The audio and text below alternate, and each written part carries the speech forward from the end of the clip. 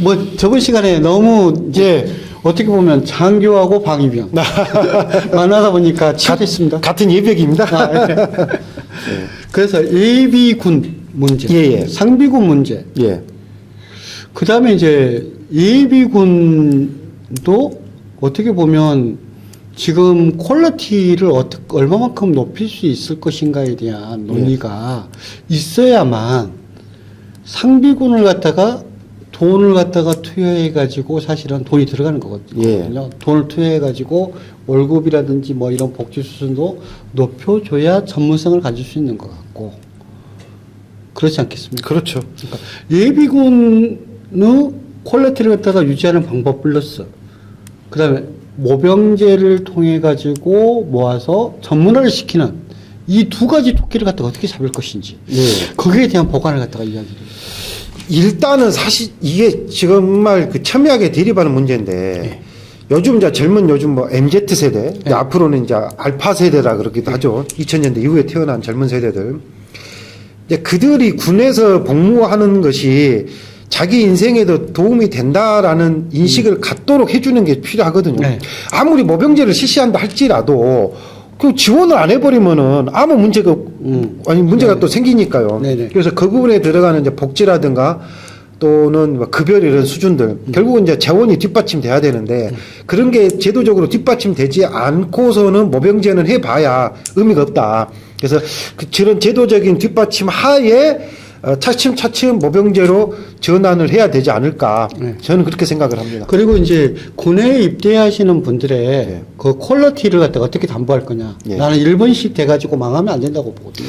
이게 그 퀄리티 문제도 이게 사실 모병제의 가장 큰 단점이 뭐가 있냐면은 가난하고 빼곡고 돈 있는 사람만 군대 가고 돈 있고 힘 있고 이런 사람들은 군대 안 가고 이렇게 되지 않냐 이렇게 될 수도 있거든. 미국 같은 경우도 현실적으로 보면은 아주 뭐 고학력이라 이런 것보다는 주로 뭐 이민 와서 영주권을 필요로 한다든가 좀 저학력자들 위주로 모병제가 이루어지다 보니까 우리나라에서도 예전에 과거에 뭐 사고가 많이 일어났듯이 그런 부분들이 있거든요. 물론 우리나라는 학력 자체가 다른 나라보다 훨씬 높은 수준이긴 합니다만은 그래서 저는 철저적으로 업스트림 방식 절대 제도가 보완되지 않고 시스템이 갖춰지지 않는 상태에서 무조건 뭐 잘못된 제도를 가지고 만들어서 들어와라 이렇게 해가지고는 똑같은 문제가 또 발생한다. 네. 그래서 충분하게 모병제를 위한 현실적인 시스템을 갖춰놓고 그 다음에 시행을 해야 된다.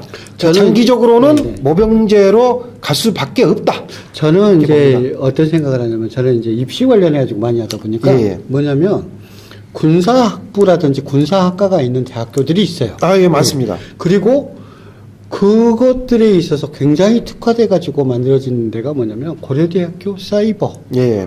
사이버가 사실은 국방대학이거든요. 예. 국방대학.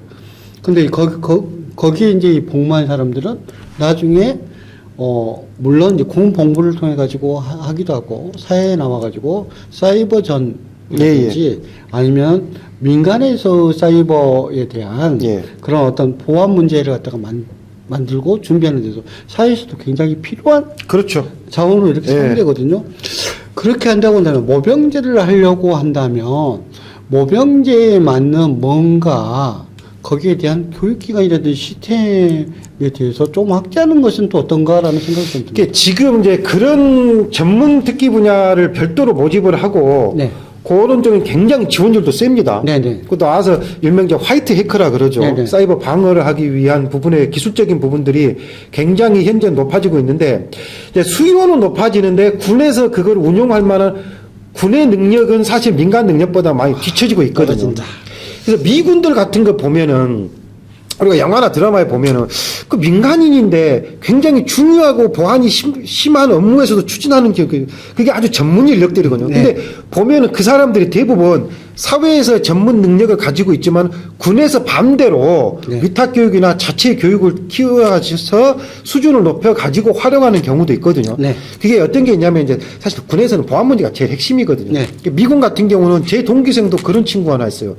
한국에서 중2로 제대를 해가지고 미군에 가서 병으로 입대를 했어요.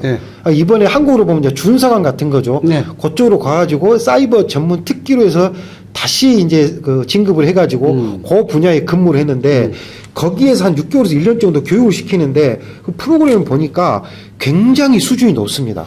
이제 그러니까 우리나라도 네. 그런 부분들은 말씀하셨던 것처럼 미리미리 좀 준비를 해야 되지 않을까 싶습니다. 사이버전뿐만 아니라 이제 그런 식으로 해가지고 하다 보면 첨단화된 장비들 갖다가 사실 운영하고 예. 그러니까 예를 들자면 뭐 드론 부대라든지 아니면은 지금 뭐 전차에 대한 것들도 인원을 갖다 줄여가지고 그걸 갖다 관리하고 통제하는 어떤 시스템들에 대해서 준비하는 어떤 사람들에 대한 교육을 실제로는 뭐 1년이든 6개월이든 이렇게 미리 준비해가지고 해서 예, 예. 그 사람 위주로 해가지고 모병을 하는 거 어떠냐. 그러니까 모병을 한다는 게 그냥 단지 이거 그냥 그러면은 예를 들면은 일반으로 이렇게 뽑는 뭐 대한항공에서 비행교육원이 있어가지고 네네. 거기서 비행교육을 시킨 다음에 네. 뭐 조종사로 뭐 선발하는 네네. 뭐 그런 것처럼 네네.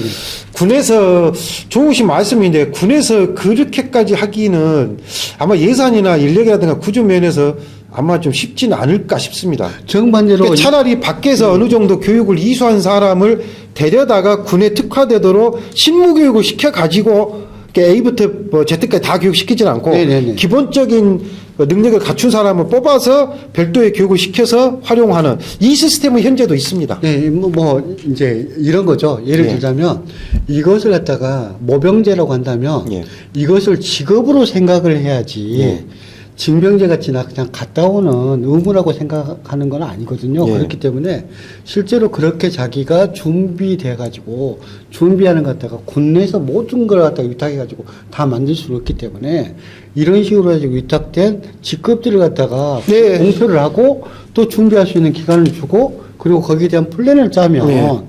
모병제를 했을 때 훨씬 더 준비된 예. 인력을 가지고 그리고 그 준비된 인력들이 군 생활들을 갖다가 또 적응이라든지 이런 것도 잘하지 않겠습니까? 예. 그리고 나서 이후에도 또 나이가 또 먹었을 때는 훨씬 더 성숙하고 세련된 이런 또 이제 지도자도 될 수도 있는 것이고 또 자기 분야에서 전문가도 될 수도 있는 거고 또 마스터도 될 수도 있기 때문에 이런 것들을 다 시스템으로 만드는 것이 전제됐을 때 저는 모병제를 갖다가 확대하는 것은 이런 쪽으로 가야 되지 않냐. 예. 그게 아니고 그냥 뭐 누구나 다 이렇게 우리가 군대 뭐 훈련시키는 사람들 갖다가 모아가지고 할 거예요. 라고 하는 것은 차라리 일정 부분 짧은 기간에 징병한 다음에 거기에 대해서 적성에 따라 가지고 분리한 다음에 지금 군에서도 주특기나 네. 병사들 이제 주특기로 분류하고 네네. 간부들 같은 경우는 주로 이제 병과로 분류를 네. 하는데 네. 각 주특기나 병과에 특화된 교육기관들이 군에 많이 있습니다. 네네. 그래서 뭐 짧게는 몇 주부터 시작해서 많게는 뭐 20주, 네네. 뭐 1년 정도도 교육시키기도 네네. 하고요. 네네. 그렇게 그 과정을 통해서 전문 인력을 양성해서 활용하기도 합니다. 네. 예, 현재. 그런 그런데 것들이- 조금 지금보다는 미래의 전장 환경에 맞도록 빨리빨리 좀 신기술을 접목해서 변화시키는 네. 그런 노력이 사실은 군에서 더 많이 필요한데 최근에 이제 얘기를 들어보니까 그런 전문으로 연구하고 교육하는 기관에도 보면은 이제 병사나 간부 수가 줄다 보니까 잡다한 다른 업무까지 하다 보니까 네.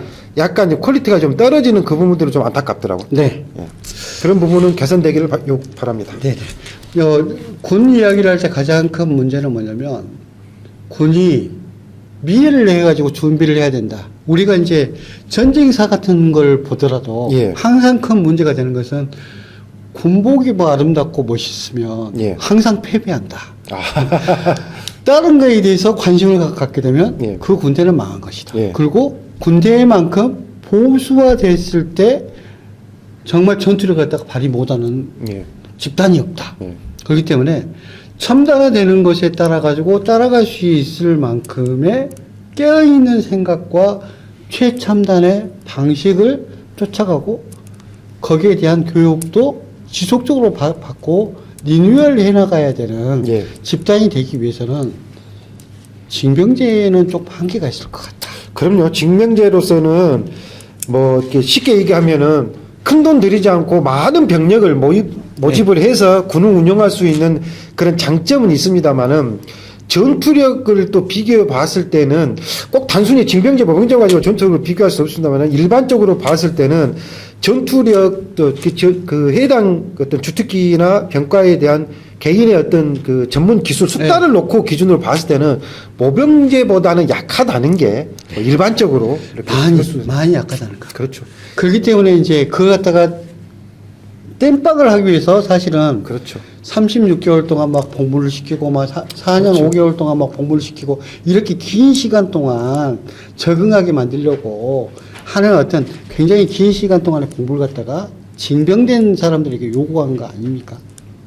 근데 그 헌신을 바탕으로 해가지고 어떻게 보면 안보도 만들어지고 다 만들어지는데 그걸 갖다가 쓸데없는 데다가 자기 뭐 권력을 쟁취하는데 사용하거나 별들이 그냥 자기의 갑질을 하기 위해서 사용한 그 역사들을 갖다가 생각하다 보니까 징병제에 대한 예. 또 보단이 또 있는 것 같아요. 그렇죠.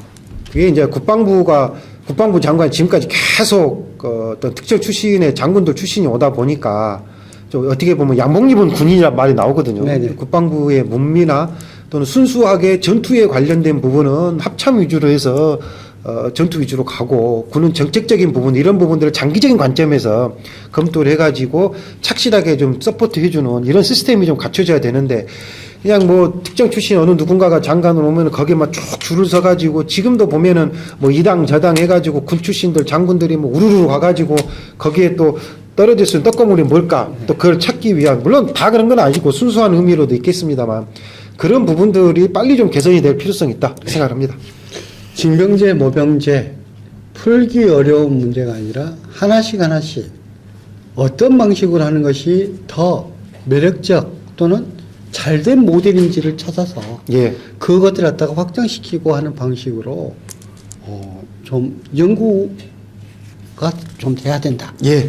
결정을 내려야 된다. 이런 생각을 하게 되는 시간입니다. 다음 시간에도 우리 국민주권님하고 같이 네, 감사합니다. 또 뭐 안보 문제에 대해서 우리가 예, 모르기 예. 때문에 그 부분에 대해서 같이 네, 한번 얘기할 시간 주셨으면 갖도록 좋겠습니다. 하겠습니다. 네, 감사합니다. 네, 감사합니다.